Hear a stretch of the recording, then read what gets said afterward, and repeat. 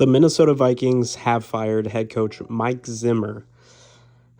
You know, I knew Mike Zimmer was going to get fired after this season, but I didn't know that the Vikings were going to do a full clean sweep of their front office with getting rid of general manager Rick Spielman as well.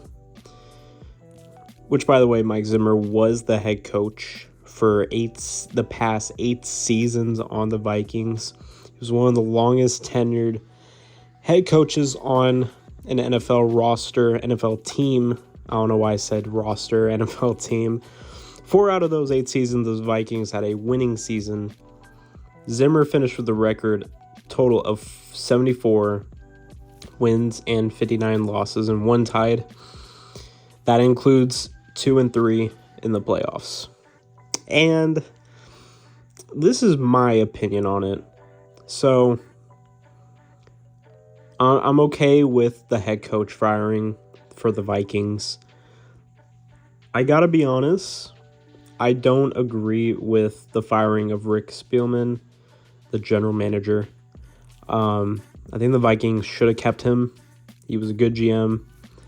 And the only reason I think it was time to fire Mike Zimmer is just because it wasn't working out, especially with how far the Vikings had come, and Mike Zimmer just couldn't win in the playoffs, even when getting Kirk Cousins and getting the team that you could get around the Vikings. The Vikings, I think the best record they had in the season was like 13-3, and it still wasn't enough to get to even a conference championship game.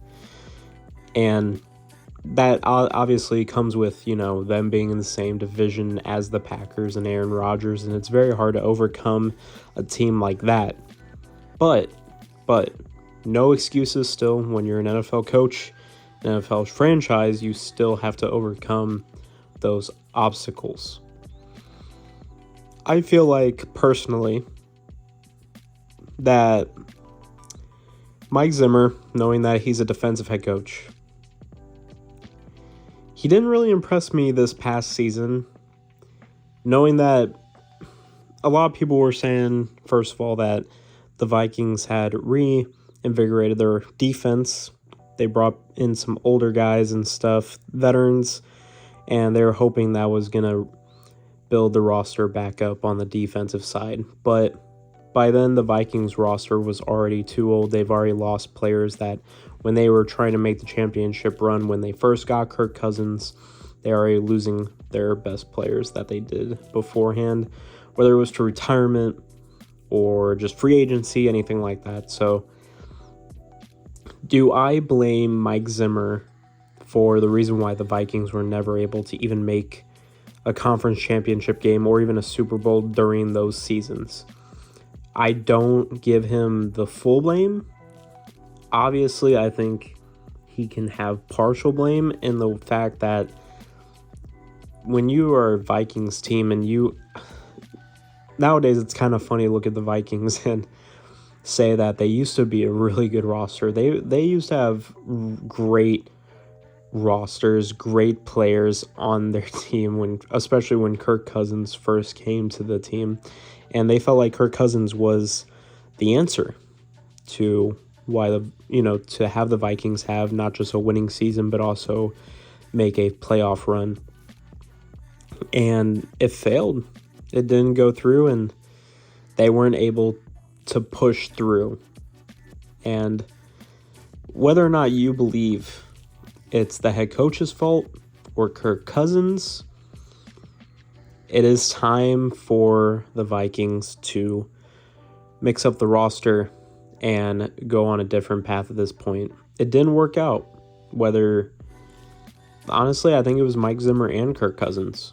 I think it was more of Kirk Cousins than Mike Zimmer, just because there were many opportunities Kirk Cousins had to lead this Vikings team to like a Super Bowl, or not even just a Super Bowl, but also a conference championship game to win. So many chances, and yet fell short.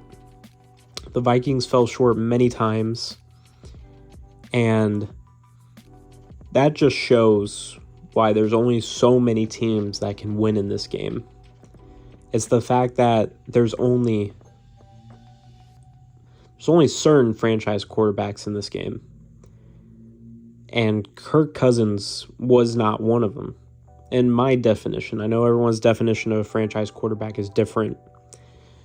But in my definition of a franchise quarterback is somebody who, let's say if Kirk Cousins was a franchise quarterback, he would have been able to take that Vikings team over others in the playoffs. As in, yeah, your defense is good, your offense is good, but your quarterback is great. He can lead you past that. And the great thing about having a franchise quarterback is that you can rely on him to bail you out. That's what a franchise quarterback pretty much does. I hate to use that word, but that's pretty much what they do. They bail you out in a way where they're able to take your roster and push them over that hump to where they become a great roster.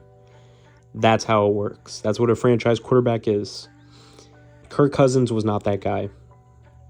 And that's just how it is. It just didn't work out.